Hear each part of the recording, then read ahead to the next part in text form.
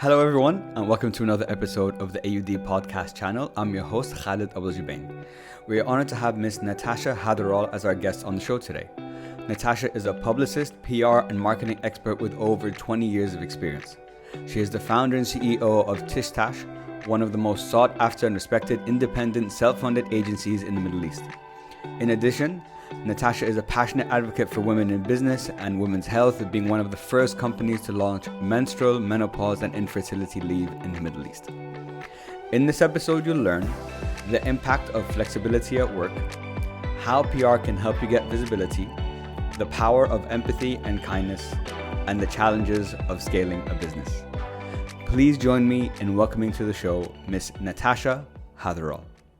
Thank you for having me. Thank you so much for your time. We really appreciate it. So, Natasha, you've been at the top of your field for quite some time. You have you've done over 20 years of experience. I know you have your own agency with Tash, and you're a strong advocate and passionate about women's health and women's empowerment, not only personal life, but in the workplace as well. And you guys have launched some pretty interesting initiatives that probably are first in the region actually as well. So, there's so many things I want to talk to you about. Would love to dive into, your journey as an entrepreneur, because as I've understood, it wasn't, planned, and it kind of, just happened, which is a common story that we find these days. So would love to hear, about your journey, about entrepreneurship, talk about why you're so passionate about being an advocate for women, and so much more. But before we get into all of that, Natasha, why don't you give all of us a little bit of background about yourself, and we'll take it from there. So my name is Natasha Hatherall, but everyone calls me Tash, apart from my parents who call me Natasha when I've been bad, which happens less these days. I've actually, I calculated the other day and I realised actually now it's like about 25 years in the industry, so I now feel officially very old. Congratulations, that's thanks. Awesome. It's a double-edged sword, Sure. But I actually, my journey was very, very unexpected. I actually started off in academia myself, and I was going to be a psychologist, and I was at university, and then I, kind of accidentally fell into a PhD as well. So I combined psychology and marketing into consumer behavior, and I was working with one of the leading kind of research teams in addiction. And it was back when, this is how old I am, back when the internet was new, and I was looking at how online shopaholicism would be different to, in-store shopaholicism, Sure. Which back then we were pretty much only just had email, and it was all very new. So I thought I was going to be, initially I thought I was going to be a psychologist. Then I obviously went the academic route into sort of psychology and behaviour. And then and I was teaching a lot while I was at university, doing my PhD. And then one day I had an epiphany that I didn't want to be an academic. I think I looked ahead, and whilst I worked with a brilliant team and did amazing things, I kind of realised that I would probably still be sitting in the same chair in 20 years' time, and that wasn't really the path that I personally wanted. So at that time, I finished my PhD, and I applied and got into a graduate scheme in, one of the big kind of global ad and communications agencies, and I did their grad scheme, and from there, I had a brilliant career in the UK, working in-house, as well as in agencies, so the likes of Havas, McCann's, L'Oreal, Diageo. And then 14 years ago, I decided that I wanted to tick off living and working abroad. So I came, I actually sent my CV to one of my university friends who lived in Dubai, and I said, look, if anything comes up, let me know. And then within literally a month later, I was having to pack up my house that I owned, put everything into storage, and I moved to the UAE. Wow. And I came here and I worked for Abu Dhabi Media in their, heading up marketing whilst they were digitizing a lot of their platforms. And at the time, there wasn't such a strong digital skill set. And then I decided to freelance. I thought, I'd always had really busy career and busy corporate roles, and I thought, actually I want a bit of a slower pace in life, so I'm going to go and freelance and go to yoga and have this balanced life.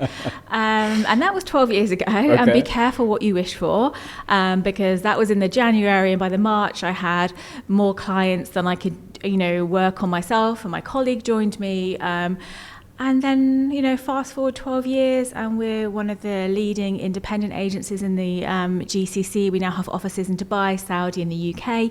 Over 60 in our team. We've got some dream clients. We've won lots of awards, and definitely not the journey I planned, but it's one that I'm really grateful for every day. Yeah, for sure. That sounds like I love the different phases of that journey, and the ups and the downs, and changing your mind about academia is not for me. It's something I want to go into, but I want to touch on the academia part for a second, because I thought it's really interesting that you combine those two areas, psychology and marketing, which is, I think nowadays we understand a lot more that marketing is only, psychology, and it comes down to what you're interested in, what makes people tick, and so am I. I like to, when I'm speaking to a person, just, come up with my overall analysis of, who they are and why do they react that way and what makes them, what is the drive that's pushing them to do that. But you studied, your PhD was on addictive consumption and shopaholicism. And that was a while ago. So now, how has your perspective changed since you wrote that thesis, now with all the experience that you have? Because I'm sure your initial ideas have been either challenged or maybe potentially changed over the last 20, 25 years. Yeah, I mean, now obviously, I don't think any of us could have predicted the changes in technology that we've seen, in the last 25 years. So I think, none of us even knew social media was nothing we could have dreamed of. So I do sometimes think, now, I mean, yeah, it would be such a different kind of topic to delve into.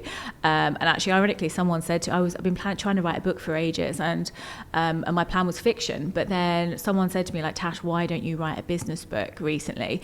Given like my academic background and obviously everything. And actually, for the first time, I actually thought, you know what, that's on my list for this year, because I do have lots of things I want to kind of, I've got lots more thoughts on that area now. So it feels like the right time. But no, I am kind of always grateful. I feel like that academic background really has stood me in good stead. I mean, even from practical things like, being able to write and being able to put an argument together and like, find sources and kind of things like that. But it definitely, I think it was, whilst it wasn't the journey I planned for, I think it actually has given me such good foundations for my business. And it is, end of the day, it's all people. So if we actually have an understanding about what motivates them, then I think, you look at it from a people-centric point of view, I think it helps a lot. Yeah, no, for sure. And I can imagine how your academic experience, because going through that process is a very rigorous process, coming up with your own thesis, learning how to defend it, learning that muscle of research. I've learned in my experience over the last 10 years that researching is a skill. There's a way to research, there's a way to access certain information that another person might not. And on your novel, first of all, is the name fixed? It's called Ice Cold Lattes, I'm guessing. Ice Cold Lattes. So yes, that's a great name, by the way. I loved that name. And it's a novel about the media, your experience in the media world in the Middle East. So that's my fiction based on real events that obviously is my work in progress. Okay. I've got 22 chapters done out of 44.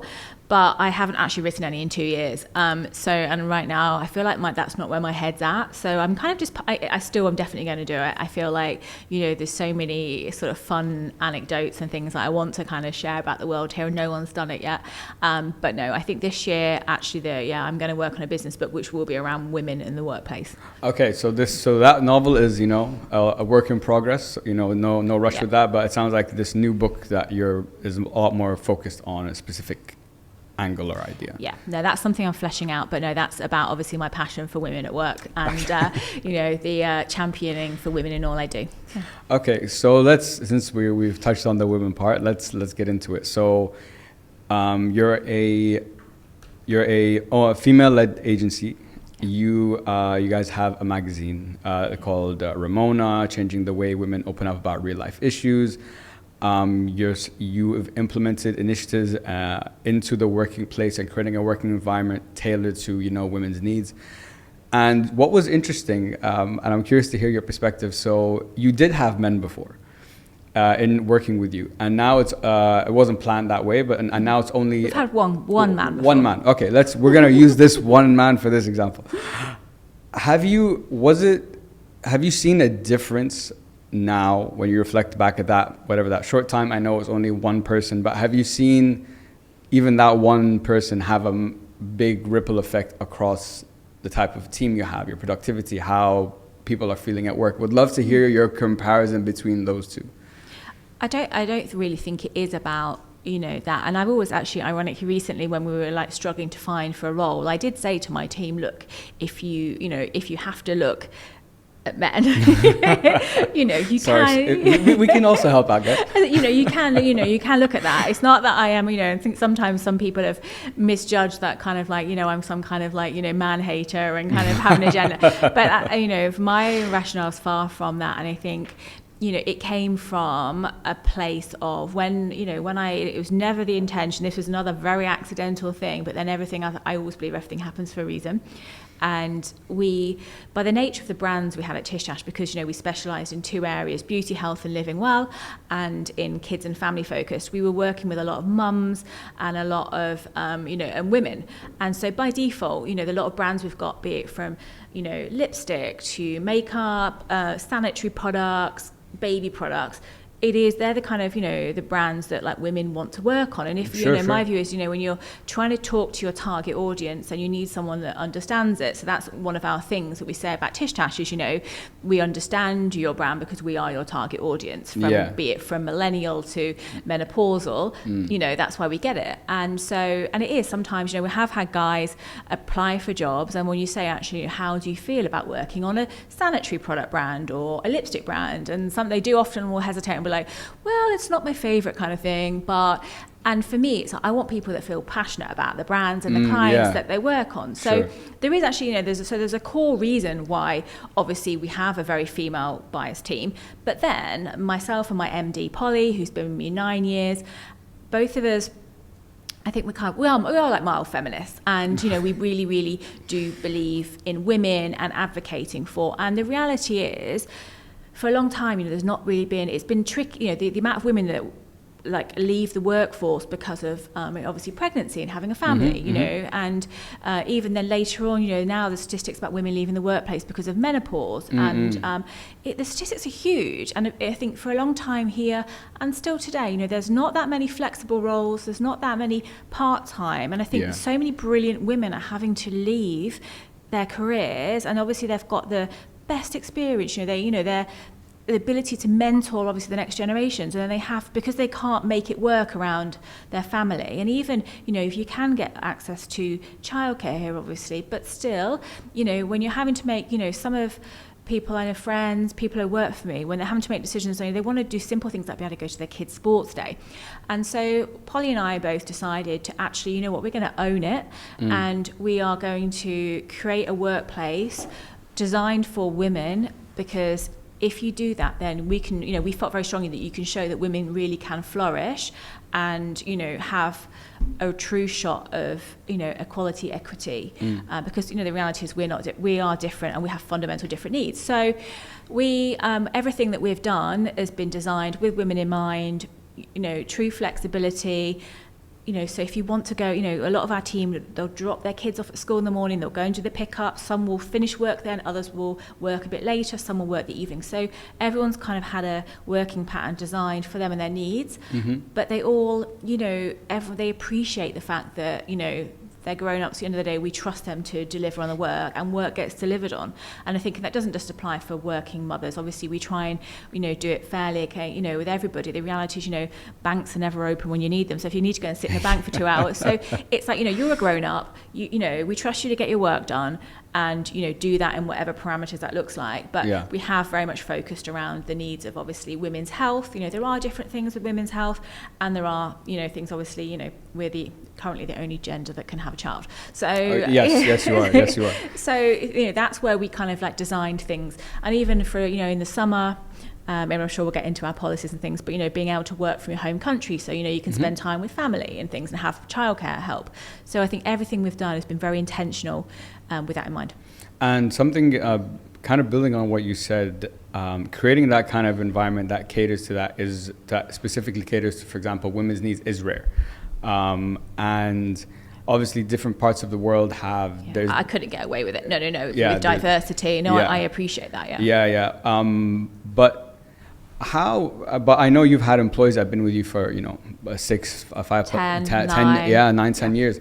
So that people don't stay for that long for no reason. That means you're doing something right. And have you, because you've worked previously, with other agencies, that time in the UK, and obviously in mixed environments that were not necessarily specifically catered to women. And now that you're leading an agency and you've created that environment, what has been, I guess, the response, or what is like some key things that you've noticed that by allowing or offering these things to women and offering them these opportunities and this flexibility, how has that helped them and helped the working environment that you've created? I think, we've done a lot of like different polls, and we've done things like great places to work, so we get a lot of data on this as well. I think, look, there's different stages in life as well, different things matter. So if I look at most of my team that have been with me like 9 years, 10 years, 8 years, that generally is, like I'd say, some of my older team and more senior team members who have done, in agency and that kind of career. It is very generally, I did it, you do 2 years and you hop to the next place, that's to progress.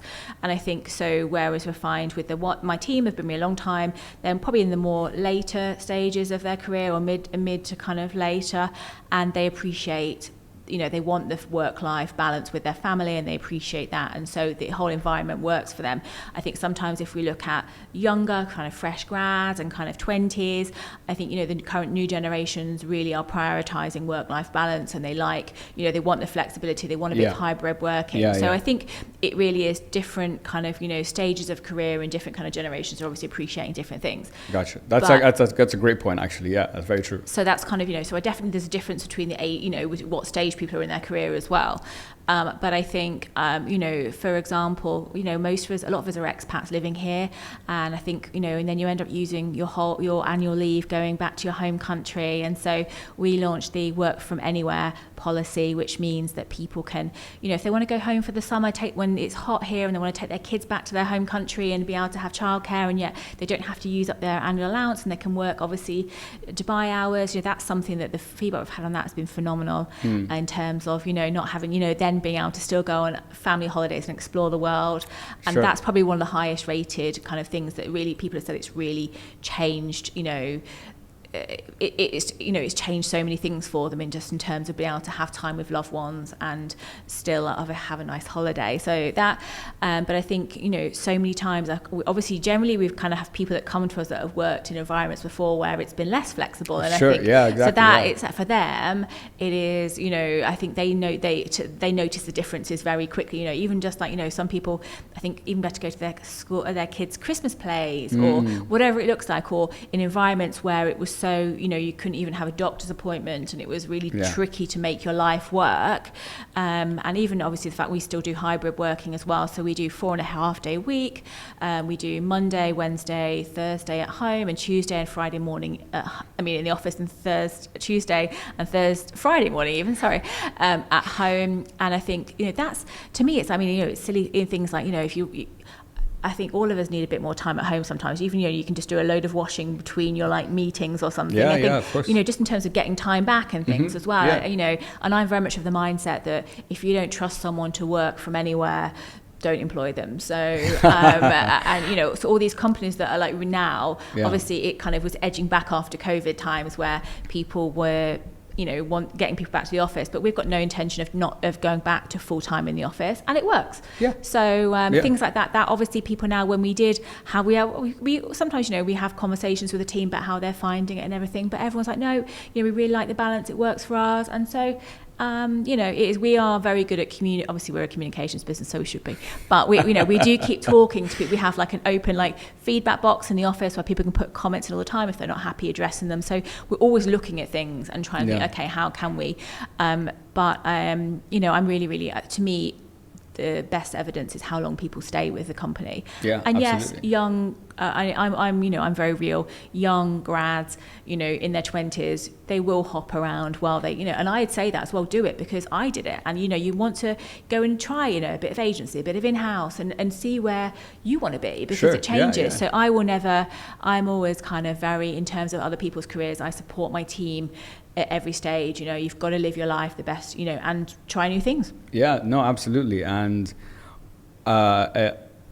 listening to you, and when you're giving the example of people who have worked in, more, let's say, traditional environments compared to yours, because I've had that experience too myself. When I was living in Amsterdam, I worked in a big corporate first for a year.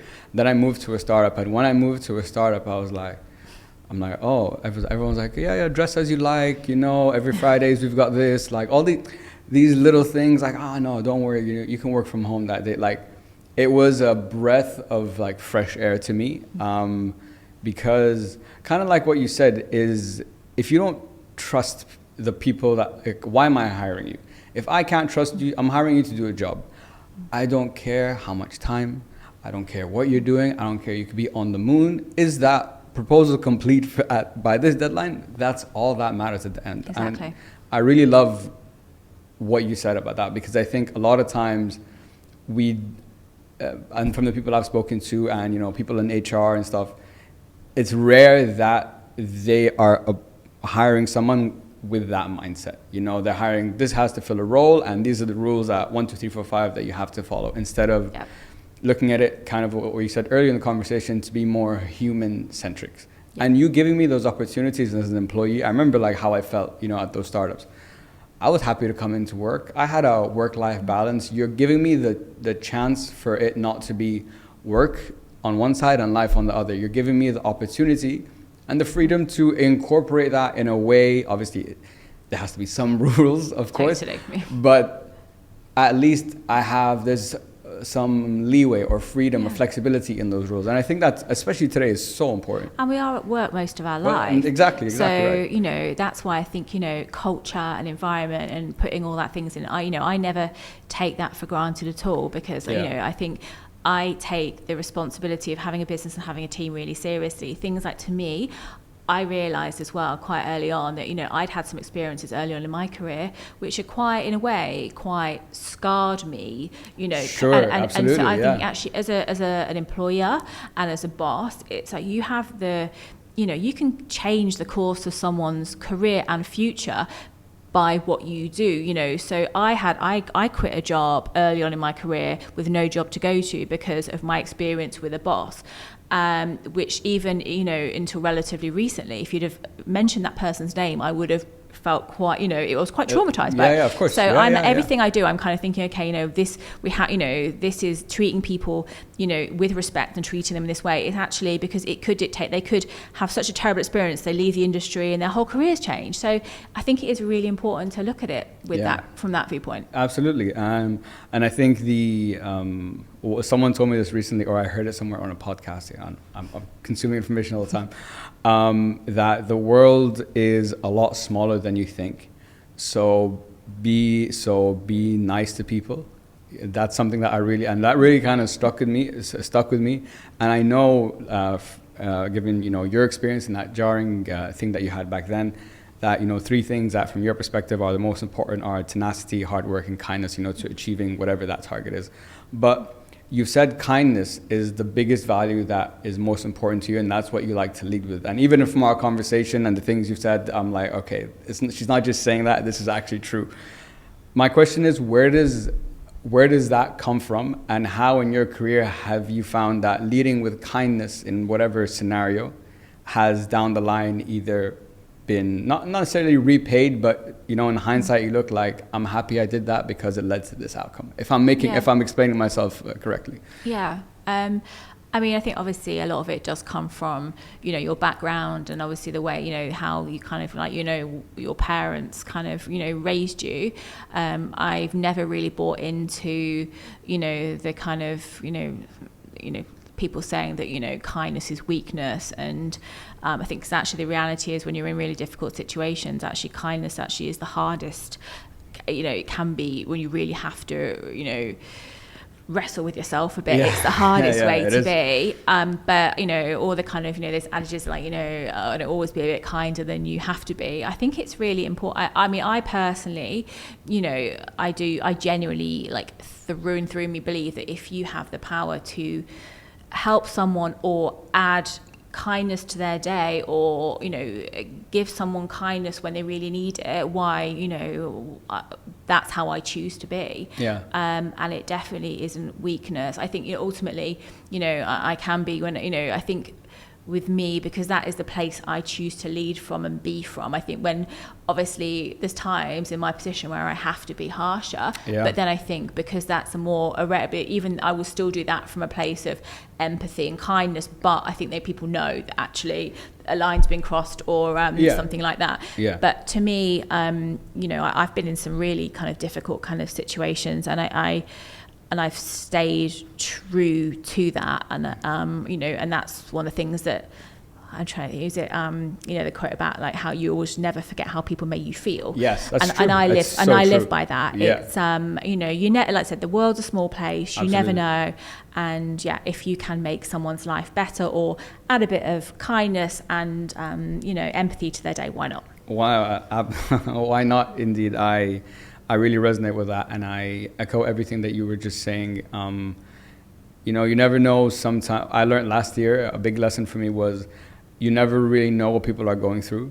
So, and especially in those tough times that you were just mentioning, where it's very difficult to be kind, try to be. We're not perfect, guys. You're not always going to do it. Sometimes you're going to mess up, but it's okay. But you don't know how, you know, just saying hi to that, you know, security guard, or shaking their hand, or being nice to someone, anyone, doesn't really matter, but that could be, that the impact you could have on someone without you even knowing is massive. And when it comes to yourself, and you said kindness is something very important, one thing that I wanted to touch on is you initially wanted to be a solopreneur, not an entrepreneur. Yes. And it's funny because right now I'm in the exact same situation as you were. So I'm doing, I help companies and brands launch podcasts. That's why we're here today. That's why AUDs, you know, we launched that and got it together. But I'm in the same boat as you, or you were at the time. I'm like, you know, I like the freedom to be involved in multiple different things, you know, to work on this project and get involved in that and so on. So I like that freedom. However, what I've learned very quickly is it's hard when you're alone. You know, you don't have someone to bounce ideas off, or like to, you know, be the support when you need to. But also, I know I'm aware enough of the responsibilities that come with actually running a bit like an organization and hiring people once, you know, and that's the part that I'm like, you know, that's the part that gives me like a bit of, you know, anxiety when I think about it. So I'm curious for you, and it sounds like it happened naturally for you. It's not like, oh, I'm going to build a business, but a project would come along and let's say, oh, I have a friend that also does that. Why don't we put that together? And that's kind of, I've had a few instances where that's happened with me. So I'm just curious now, because you started one way and you ended up on, you know, the other side. How do you compare the two? You know, what would be your advice to someone like me if trying to make that decision? Do you keep going this way, keep going that? I'm just curious because we're in the same boat at one point. Yeah, I think I always say I have a lot of my friends or people now that ask me because they're in the same situation. And I now, with reflection, like, you know, I mean, obviously I had one idea and it became very different.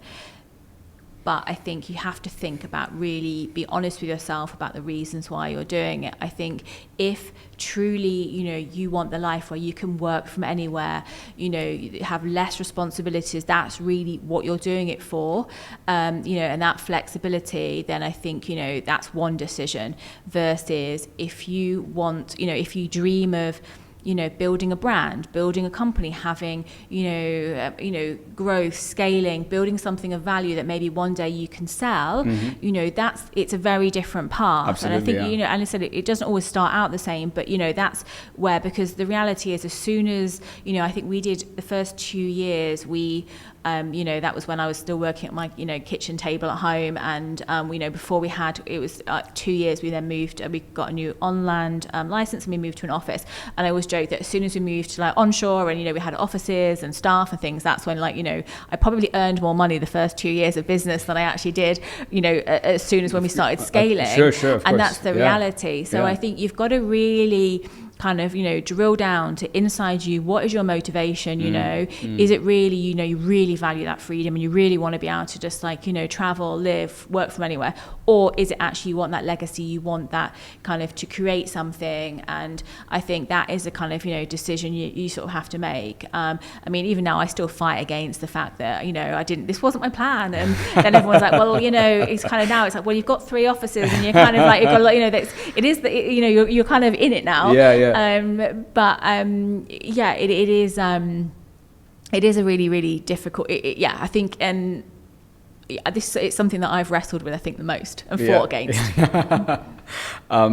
That's really, really great advice, because I think, and it comes back to something you hear all the time. Your why, why are we doing this? What is that thing that's driving you? Is it? And I think you explained it in a very nice way. I'm like, and it comes down to those 2 things. Do you want freedom, or do you want like a legacy? Now, one, you get freedom here a lot faster than you get it here. You still can get it here and might make more money as building a business from a financial perspective. So I think asking yourself those tough questions is something really important before you even get into how you're going to do it and build it. What do you want? What's the value that you want?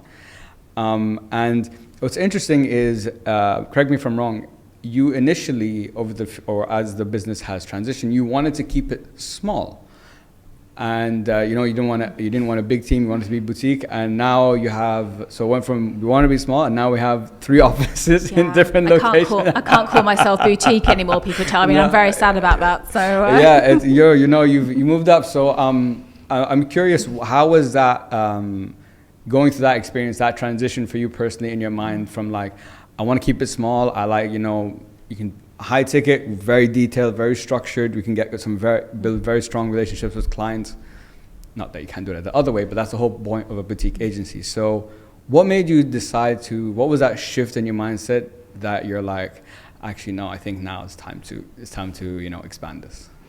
I think, we have a joke and we have a hashtag not growing, which is, now it's just, we all say it and we just laugh, because, it's funny because I have like real anxiety about growing, and obviously our MD Polly, she's actually probably the other way, she'd go for like world domination. So generally we meet in the middle, which is really good actually.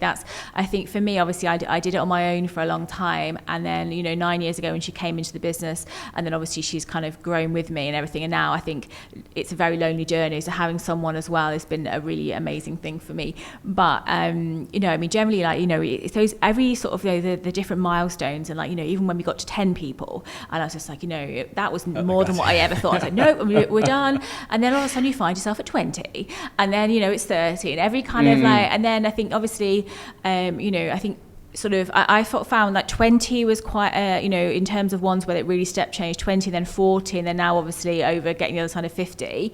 But generally for us it really has been very organic, and I could have grown a lot faster than we chose to. We had a lot of offers of investment as well, which we've turned down, and I've seen a lot of obviously my friends who've got agencies similar age and they've taken investment, and I've seen how quickly they could scale. But I really made the decision to remain self-funded. That was really important to me. I didn't want anyone else to come into the business. So on that premise, obviously I've really everything has to be sort of reinvested, and so that was a decision that I made.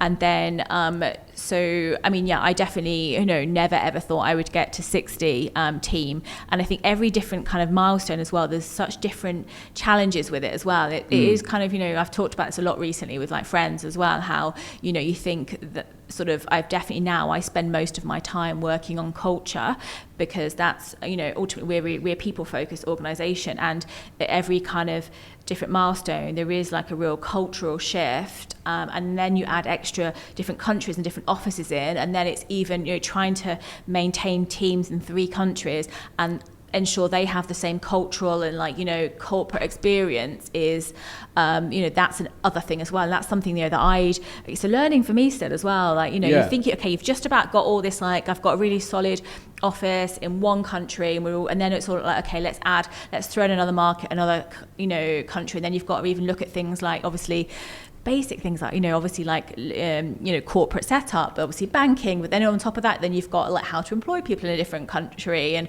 all of that things. It's, yeah, I mean, now we're even like, you know, we're doing a lot of work in America, and everyone obviously is waiting for me to open something in America. And I'm kind of just, with every bone in my body, I'm like fighting. I'm like, no, I can't do the 12-hour LA time difference. It makes it so difficult to work. But there's the, you know, so yeah, I mean, I guess in some way it was really accidental. But yeah, I think, you know, for me, maybe in 12 years, you know, other companies have done it a lot faster. But for us, because we have done it very self-funded, and I'm very careful and I worry a lot. So I've made sure that every decision has been at the right time. Yeah. And what's interesting is listening to you describe the different stages and how, because I didn't really pay attention to that aspect with that was another 10, going from like 0 to 10 is one thing, then 10 to 20, okay, now there's 10 new people and 10 new personalities, 10 new things, so now we have to get a unified culture for 20. Yeah.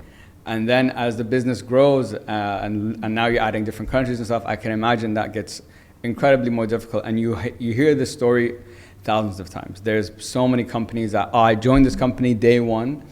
This is how we were. This is why we love to be here, because of the culture, because of 1, 2, 3. And now, you know, when you bring in when you bring in an investor, when you bring in all these decisions change, and you a lot of companies, once they scale, from what I've seen, you might know, you might say otherwise. I've seen you lose the culture.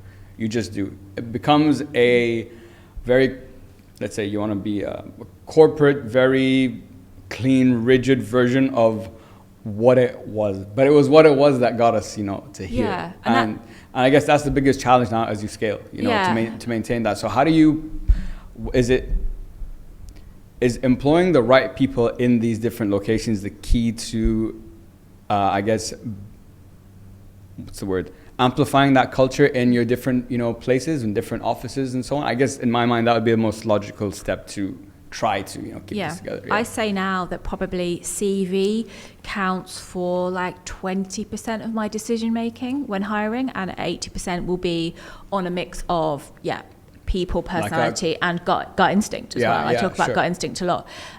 Because the reality is, you know, you'll be looking at CVs and most people will probably have a similar, you know, you could look at 10 CVs and they'll probably all tick all the same boxes, but then it's like, because we are so people focused and that's really important to me and my clients, you know, I will look at people that are going to fit with us and who we are and our values. And the reality is now I think I've got a lot better at doing that, and also if people don't fit, they don't stay very long, and I'm a lot better at, you know, I think for a long time you learn all the things, you know, I was not very good at getting people, hire slow, fire fast, and so I was not very good at doing that, you know. I kind of always just tried to, but now it's like if I know people aren't the right fit, we will, you know, always do it in a very kind, nice way, but it's like, you know, this isn't a role for either of us, so we're much better at doing that now. But it is, you know, you've got to get the kind of people right. And I've made terrible mistakes. And yes, there is, you know, someone, you know, there's people that have left along the way because we are a different company in some ways. But it doesn't mean, but it could be, for example, that they really wanted to work in a small company. That was what for them.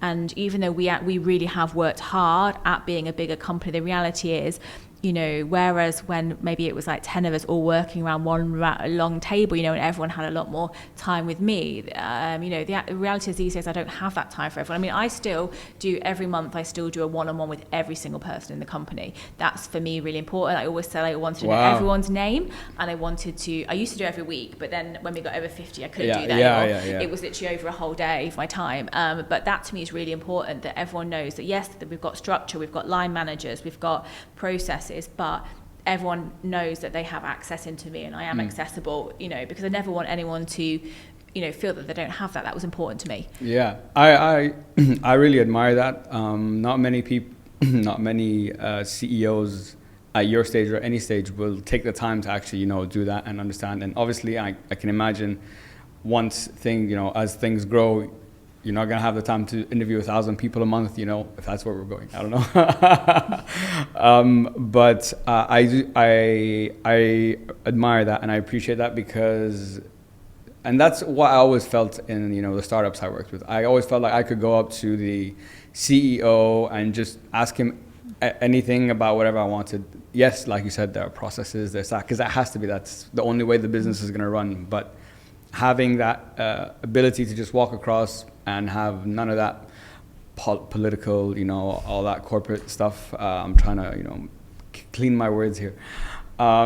Is probably the approach that I would probably fit in with as well. But everyone's different. Some people like others. One is not better than the other. I'm just a bit biased here, and I think we both are. We like this side a little bit more. I wanted to come on to PR. Okay, so just some context. This is an area that I probably know the least about. Okay? For me, PR is, I'm like, oh, that means I am a person, I'm coming to you, I'm like, hey Tash, how about, I'd love to be featured in this paper, could you write me a piece, and so on. And I still don't really understand, how it works and stuff, so I'm maybe not the best guy to ask. But you mentioned that PR was listed as the top 5 most stressful jobs. Okay, that really caught me off guard. So that means there's definitely... I think we're like more stressful than like being a doctor. Well, there you go. So there's definitely... Okay, I would have never expected that. So I need you to explain why is that? Give us your perspective. Why is it such a high, apparently so much stress in the job? I'm really curious. I think, look, I mean, there's obviously different parts of PR and there's different types of industries as well. I think, ultimately it's a really deadline business. Deadline business. Yeah, in terms of, we're always, for example, we're constantly being thrown crazy deadlines by journalists, who need this interview, you've got to get your client, and then either, they're either doing it, or then you've got to, they'll probably voice note it to you these days, and you'll have to like write it up and everything and check it. So sometimes it's constant, a lot of deadlines. We're always on a schedule, basically. Okay. So, we're always kind of, making sure that things obviously are done on time. And so there's that. I think that, firstly, I think, we're a service industry as well, right? So by nature of being a service industry, the good and the bad that comes with that, the reality is for, clients, media, for a lot of people, we are, I hate saying it, like kind of like we're the, when you've got to beat somebody or kind of, you're always the kind of bad guy. So be it, and it is true. I mean, obviously, I'm a believer in like we're all in the same ecosystem and we all need each other, but sometimes that's not the way it is. Like, journalists can be really mean. Sure. Yeah. Like, I mean, a lot of them, will put the phone down or whatever. I think you've got to have quite a tougher skin than kind of, you think.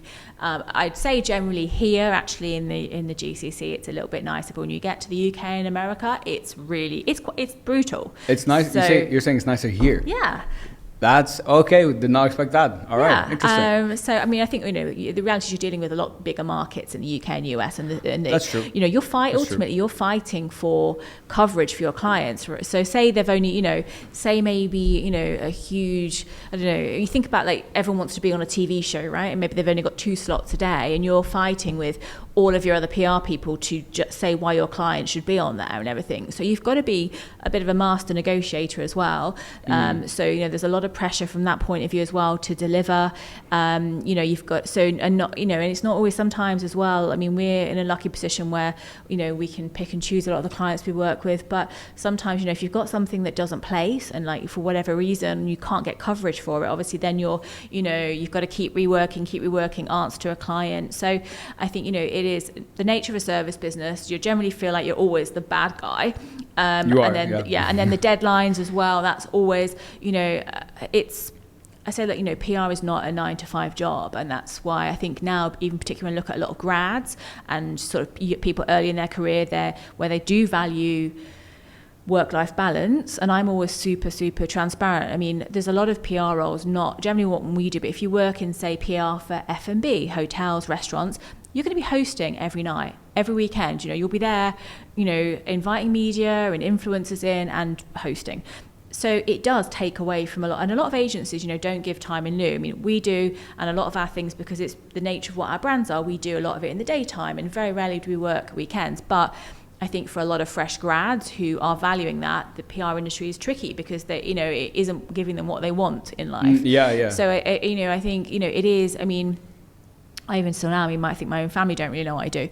It's that joke that everyone kind of says, like, no one's parents understand what PR is or what they do.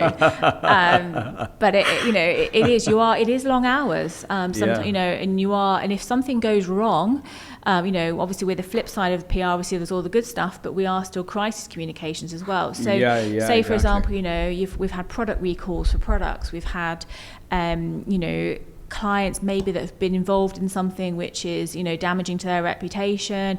Even obviously I don't work in this area, but even aviation, when say there was a plane crash, you are the first port of call. You've got to message that and be on standby. So there's, for all of the good times, there is a lot of really tricky times as well when you're the first, you're the people that are managing all of that. So I think it's hard to pinpoint exactly why PR is so stressful. But when on the face of it, maybe you'd think it is all like champagne and parties. But it's all encompassing. It is, Sure. You've really got to want to be in it. Okay, I think that's an important point. And being transparent, especially to the new generation that's coming up, like, guys, this is the reality of it. There's no like that. Remove this work-life balance. This is probably not the industry for you. But so. And I know in PR the deadlines are ridiculous and so on. But for me personally, this is a personal question because I genuinely don't know. I feel like, this is my perspective. First of all, I don't know much about PR. Number two, I don't see personally this in my let's say marketing strategy. PR would probably be the last thing that I would think about. I'll be more focused on like the social media and like the content creation and so on.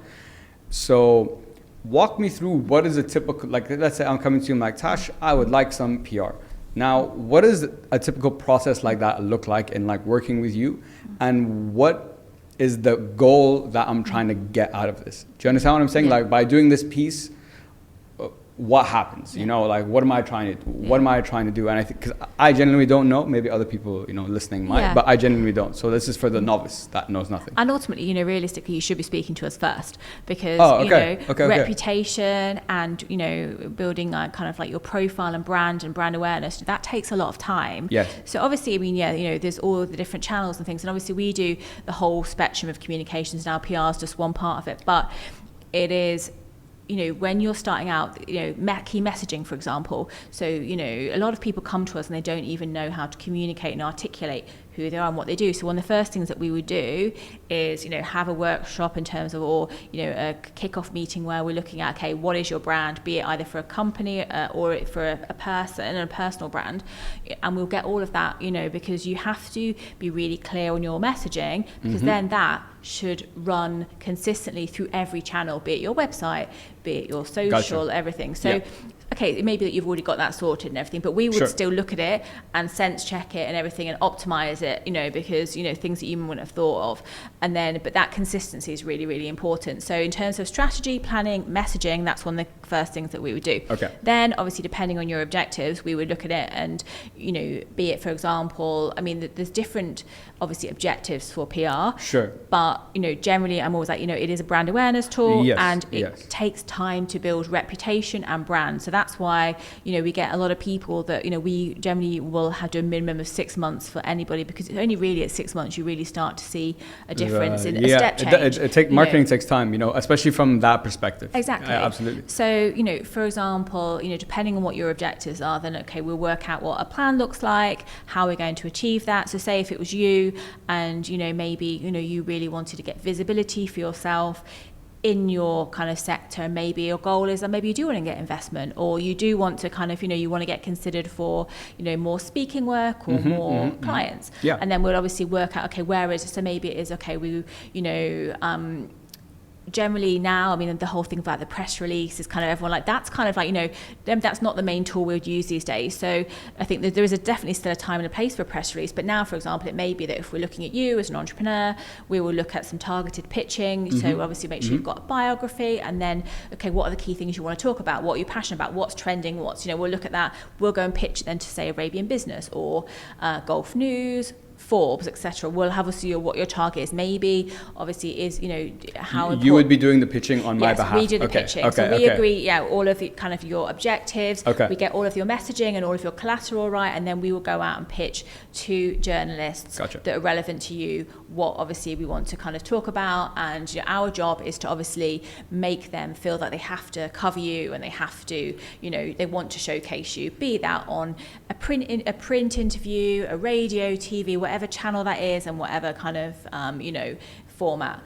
So it could be from anything from a proper interview or a quote or something, or an op-ed, which is where you get to, for example, write a piece for something like Arabian Business, your opinion on something you're passionate about. But so we basically have got to be super persuasive to get them to want to cover you. Then obviously we will work with you to, when, say, okay, Arabian Business have said that they really would love to, you know, can you write them, you know, 1,000 words on X? We have some clients that are really happy writing, other clients that can't write, and so then we will work with them. So we are, sometimes it's a case of we get an article from a client which is immaculate, and we just probably polish it a little bit. Others, we have to write everything with kind of your viewpoints and everything. So it's, you know, you've got to be able to write in PR as well, and then obviously it's placing it, getting it published, and then, you know, we obviously will have targets with our clients of what, you know, what that looks like, and a pipeline. And then every month generally we would obviously be looking at new topics, new angles, to keep you out there, visible in the media, which hits your target audience and objectives, whatever that looks like. Okay. But there's also, I mean, there's so much more to PR these days. You know, it could be obviously speaking engagements. It's all about visibility. Exactly. Yeah. You know, even now socials are very, you know, so I'm curious, where does this podcasting fit into that now? Podcast is in PR as well. So you we know, see that as it's like, another channel. I feel that's a new, that's the new, you know, what I've noticed at least is people back in the day, let's say if I'm someone who's launching a book, back in the day I might go on, you know, those late night shows or, you know, CNN or all these things. Yeah. Now, if you notice, let's say I'm Khaled, I have a book coming out, you're going to see me, I'll see that guy on all the top podcasts within the space of like 2 weeks. That person will be everywhere. You know, podcasting seems to be like the new TV, if you want, or, you know, new radio station or so on. So that's why when you're talking about getting them radio spots or getting them interviews with this or whatever, I'm like, podcasting can fit right in there too. Exactly. It's another channel, and we want to get our clients in as many touch points and as visible as we can. Gotcha. Okay. Thank you so much for telling me that, by the way. It was very clear. I have a much better idea. I didn't know the importance of PR, because I think nowadays everyone just, all I hear is, and I worked in an agency for a year and we're very digital focused, so more on, you know, lead generation and campaigns and all that kind of stuff. Yeah. So the PR aspect is the element that I never really got to experience myself, so I'm not familiar with it. And what I would say as well is actually these days, you know, it's a much bigger thing. So a lot of the work we do, for example, you know, particularly we're very digitally focused. So, you know, when you're looking at SEO and Google and search, the higher the credible, placements we get, that then that knocks on to affect your search, and so it actually all has to work together these days. Exactly. And so when people are looking at decisions, you know, that is something that they need to think about as well. Yeah, no, absolutely. And one thing that you mentioned, because when it comes to PR, and like there's a lot of I know there's many different medias, but in my mind, PR, I think like a press release. I think like that text and so on. And I was having a conversation with another guest recently, and we were talking about, I don't know how this came up, the concept of newsletters. Now, I know you had the COVID diary and you won Best Blogger of the Year in 2020 and 2021.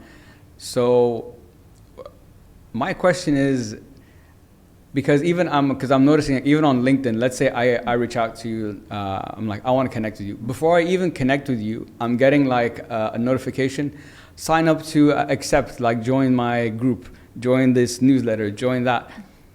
And I'm like, is text and writing and like newsletters, are they still as very relevant today? Are they more important than they were before? Because in my mind, from my perspective, all I see is that the competition now is in production. How, like, what level of production can you produce for, you know, your content? You know, those reels that are like not just a short of us like this. There's, you know, the animations and the crazy. I'm like, I don't think you need that, but that's what everyone, you know, seems to be doing. So what's your take on the whole newsletter thing, since you're a blogger yourself? I mean, I'm an accidental blogger as well. I'm an accidental entrepreneur. I'm an accidental blogger. Accidental success stories, not bad. I don't even know where to begin. There's so much to say. You know, the reality is that I think people, look, there's a time and a place for everything. But what I say to my clients now is I think people generally are a bit put off with overly curated things. I think there is. I think it started obviously in COVID. You know, when obviously we've gone through all the filtering and all of the kind of everything looks super polished. But actually, if you look at, obviously we have full digital internally at Natasha as well. But I think when you look at insights and data and things like that, the reality is the things that perform are often the candid, the honest, the non-polished. You know, I think all of us, you know, we're fed up of people making us feel bad because we don't look the right way. We're not polished. And I think you know why. I mean, if I look at what happened to me, so it was super accidental in that it was literally like maybe the third week of COVID, like in lockdown, and we'd like lost 80% of our clients that put contracts on pause. And I was in a situation, I had a lot of team, and it was, you know, I think it's one of those things where none of us knew how it was going to, you know, it was so new.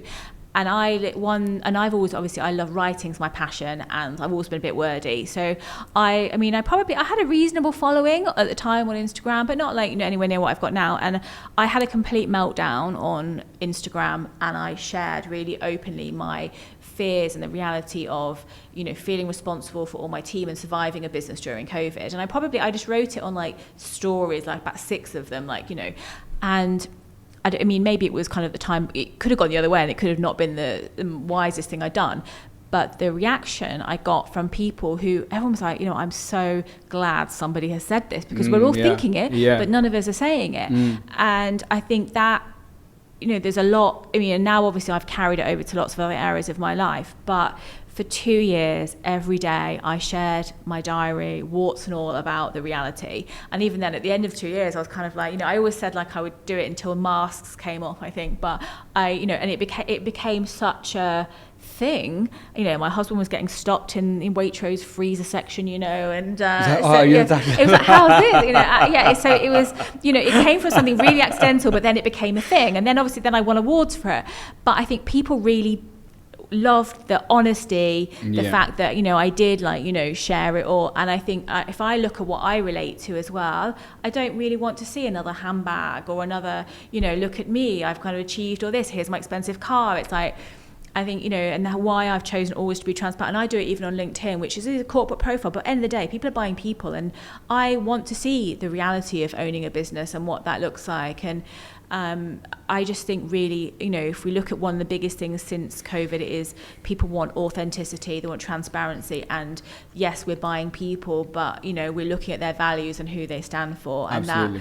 That, I think, you know, if you look at any of my things, I mean, I've got a whole design team at work, and I could have the whizziest, fanciest stuff going, but mine is very, very, I mean, I've got no skills myself in design, so, but I choose to be very candid and very, you know, I don't overly create anything I do, and it works. Yeah. And I say that to my clients all the time as well. That's my biggest learning, you know, don't fall into that trap. You have to be you. Yeah, you have to be you. And what I appreciate, the people that I like to follow or engage with their content are people that make things simple.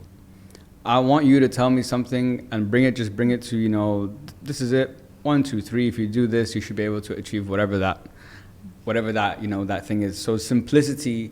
It's funny, and you made such a good point, in such an oversaturated, over-curated, over-designed world.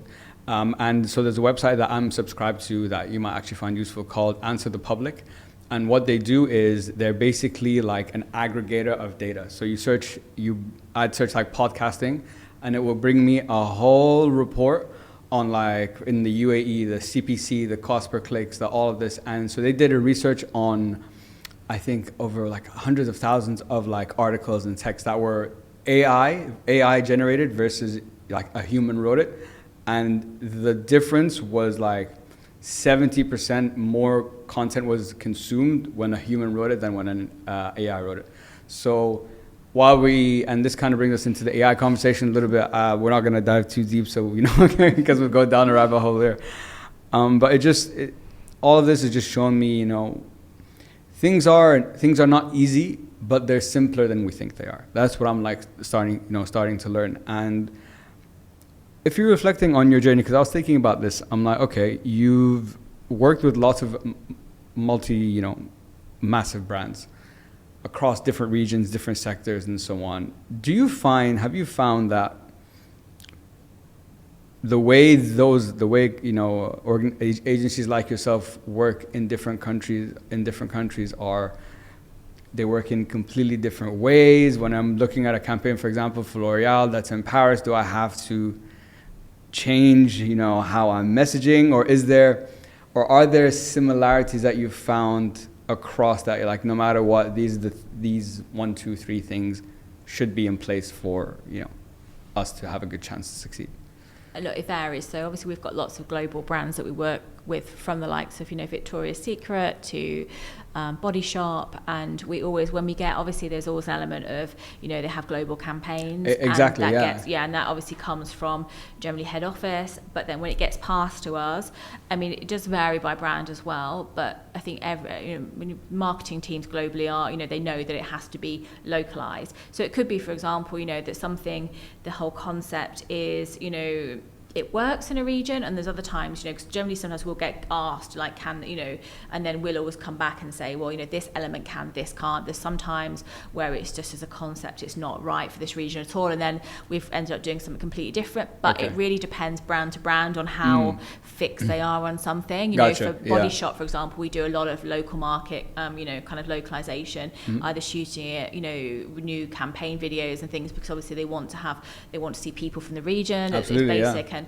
so I think, it really does depend, but generally where possible, I think obviously the essence of a campaign, they want to try, and obviously that's their message, but how that's sort of translated into a region does depend on what resonates with that region. Of course. And I think you made a really good point that even when those global campaigns that might come might not be relevant, to this region, or shouldn't be, or are not allowed, and so on. So being very conscious of where are we targeting, and who are we targeting, and what's the sentiment there, like you said, is so important. Natasha, I just have a few more questions for you, just to round up our fantastic conversation today. First of all, I wanted to ask you, so you've been in the industry for over 25 years. You have a incredibly successful business. You've just expanded into other offices and areas. I guess my question to you is, what's the dream? What's the end goal? What do you want to look back, when you put your hands up and look back, what is that, I guess, as you were saying earlier, legacy that you want to leave back? I think, as I said, it's been a real journey. And I think for me, increasingly, I think when you are definitely not towards the end of my career, because I still got lots of things I want to do, but I ended up, I always say that the universe takes you where you're supposed to be. And I've ended up in a position where I've done some quite extreme and bold moves in terms of women in the workplace. That feels so super right to me. And, I've got lots of things that I'm working on. Obviously doing lots of work in Saudi, for example, as well. And I feel that I'm on the right path. And this is, I want to create a legacy in this area, because it is what I'm really passionate about. Yeah. And so I definitely, I think that for me is kind of like, it's always about purpose and, why I'm doing what I'm doing. A lot of the time, yes, I have built a valuable business, and, I'm super proud about that. But if I look at what really makes me happy, for example, I look at one of my team who's been with me for 9 years, and she came into an admin role, had 2 young children at home, no interest in PR, and then after a couple of years, her kids were a bit older, and I was like, and she was a really good writer, and I kind of said, well, have you ever thought about, and she was always like, no, I just want to work mornings, and I want to have that. And then fast forward now, nearly 9 years, and she's one of my PR directors, and she is probably one of the most phenomenal women in my agency. And if I look at her and look at everything that she's achieved by being in an environment that's really enabled her to have her family and work, and that's given her the time to nurture and train and get her. I think that for me is what I look at, and I think that's why I'm doing this. I want to be able to give,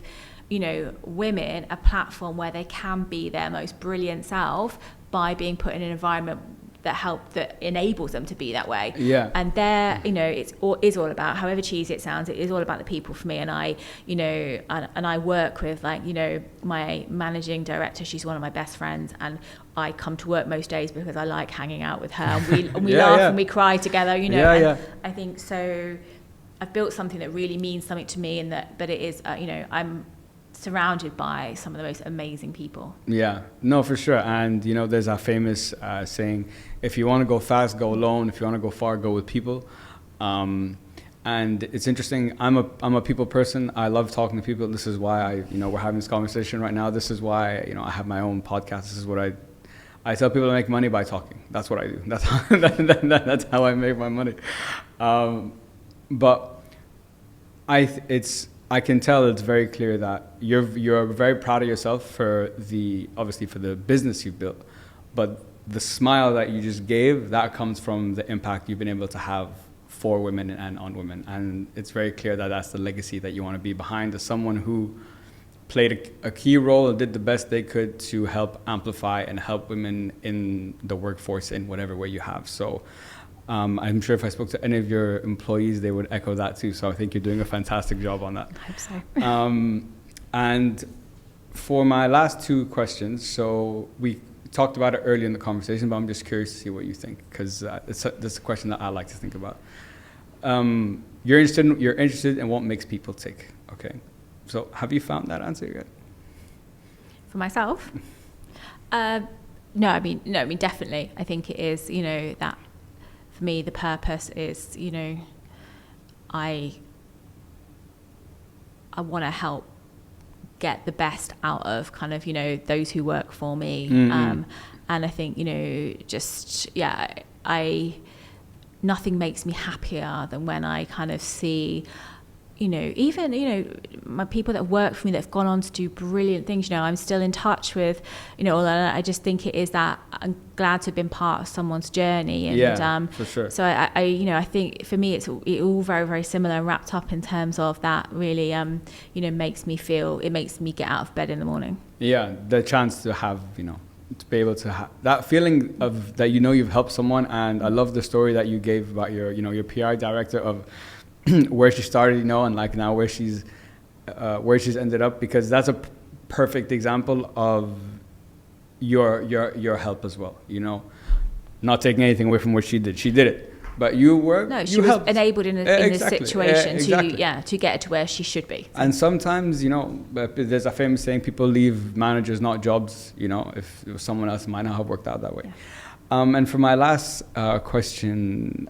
Natasha, this is a question we ask all our guests. So the aim of our podcast, with the AED podcast, is to show that success comes in many forms and learning never stops. So I know throughout your career, you've probably learned a million things. But if I asked you, what is that one learning that really stands out to you? What would that be? Like if I came to you, like just one thing, give me one thing you've learned that you think would be the most beneficial to me. What would you say? Always trust your gut instinct. Always trust your gut instinct. Yep. I think that's, to me, in business, in everything now. Sometimes I joke and I think I look like a bit of a hippie, but I'm, you know, I say to my team sometimes when they come to me with like a question, like, you know, I'm like going, what does your gut instinct tell you? And then they'll tell me, I'm like, that's what you do. Because I think, say there was like 3, it's one of those things, I think it takes you a while to hone in and really trust yourself. Well, but there's that too. So I think it does come with a bit of, you know, and it's almost like guidance. It's like a muscle that you exercise as well. Absolutely. But you've got to kind of like, you know, Absolutely. because it is having that, particularly when you're younger, and having that actually like, you know, well, I'm like, you know, maybe, you know, that person knows so much more than me because they've got so much more experience. Actually, no, it's like when you're sitting there, and sometimes, you know, I think they say there's like 3 times where I haven't followed my gut instinct, and it's been terrible. And so now I sit there in new business meetings, which I don't do very much, but if I do new business meetings, when obviously generally I still do the final hiring, whatever, they'll still come and have a coffee with me. Yeah. Anything, even down from moving office to buying a house, I always like go with gut instinct on everything, and it does not fail me. So I, you know, however hippish it sounds, I tell that to you, it's my biggest learning in business. You know, your body, it's almost like it's a tool, you know, and you're sitting there and every bit and you're saying, no, don't do it. And then you do it. And then it's, so yeah, I'm very passionate about that one. I think it is, everyone has to trust themselves. I think your body's very good at knowing, not getting you into situations, but you learn it the hard way. There you go. And, you know, I think I love that. Even in my own experience, I can relate to, you know, the times I haven't and the times that I have. And, you know, there's that famous saying that, and you hear the most in like relationships, like they've been with someone from the first date, they're like, I'm not sure, but, you know, let's see what happens. You build a connection, then 6 months later when it all goes wrong, I knew it from that day. But when we say, and I think this is an important part to add into it, when we're saying trust your gut, it's that to learn to truly trust your gut is going to come at a cost, because there's going to be, like you said, it's a muscle that you have to flex, you know, your intuition, because there's times that your gut might tell you something, but then, you know, maybe that wasn't the right decision, or it was. So you have to, it's a balancing act to learn when that feeling is genuine and like, okay, that's my gut instinct, and when it's like a bit muddled. Do you know what I'm saying? Yeah. At least that would be my experience, because I can see myself. I naturally go to extremes. Just personally, I'm like this or I'm like this. It's very hard for me to like find the middle. So I can see myself taking it too much. What's the word? Going to an extreme that is not healthy. You know, that is not healthy and not probably right to do. Yeah. I mean, I always joke I'm all or nothing as well. It's yeah, there you go. But I think, you know, I think they're sort of slightly related, as I always say, like never make decisions based on fear, because, you know, which is also related to gut instinct as well. Like, you know, I've done some things, you know, and they've also been the most terrible things I've done. So yeah, well, it's a learning experience, and, you know, no one's perfect, and no one got here, you know, by accident. Exactly. Natasha, I wanted to say thank you so much for coming on the show. This has been such an insightful conversation. You know, for me, this has been a free lesson in like PR and marketing, so I'm over the moon. And I've really learned so much. I admire, you know, what you've built. I admire the way you've built it. I probably admire that even more. And, you know, I'm sure there's a lot more. The expansion has just started, and let's see in a couple. I'm sure I'd love to catch up in a few years, see how many employees have we reached. But if anyone wants to, you know, reach out with you, connect with you, let us know how we can get in touch. I am on most channels apart from Snapchat. Me too. I'm too old for Snapchat. But no, I mean, LinkedIn, Instagram. My Instagram's Tash Hatherall. You know, you can, you know, even through Tish Tash Talks, all of our social. You know, I have my own website, tashhatherall.com. You can find me in lots of different places. But yes, no, I'm always happy to answer questions, have a cup of tea. I'm really kind of passionate about sort of supporting kind of those, you know, stepping into the industry. Yeah, no, absolutely. So you heard it here, guys. You know how to get in touch with Tash. Tash, thank you so much again for coming on the show. This was an absolute pleasure, and we look forward to, you know, round 2 in the future. Thank you so much. Thank you so much for your time. Speak soon. Thank you so much for tuning into this episode of the AUD podcast channel. We really hope that you enjoyed it and learned something from it. We have a lot of incredible guests lined up for you on the show, and we're so excited to bring you their inspiring stories. To stay up to date with all the latest episode releases, please make sure to like, share, follow, and subscribe to the podcast on the AUD Instagram page at AUD Dubai.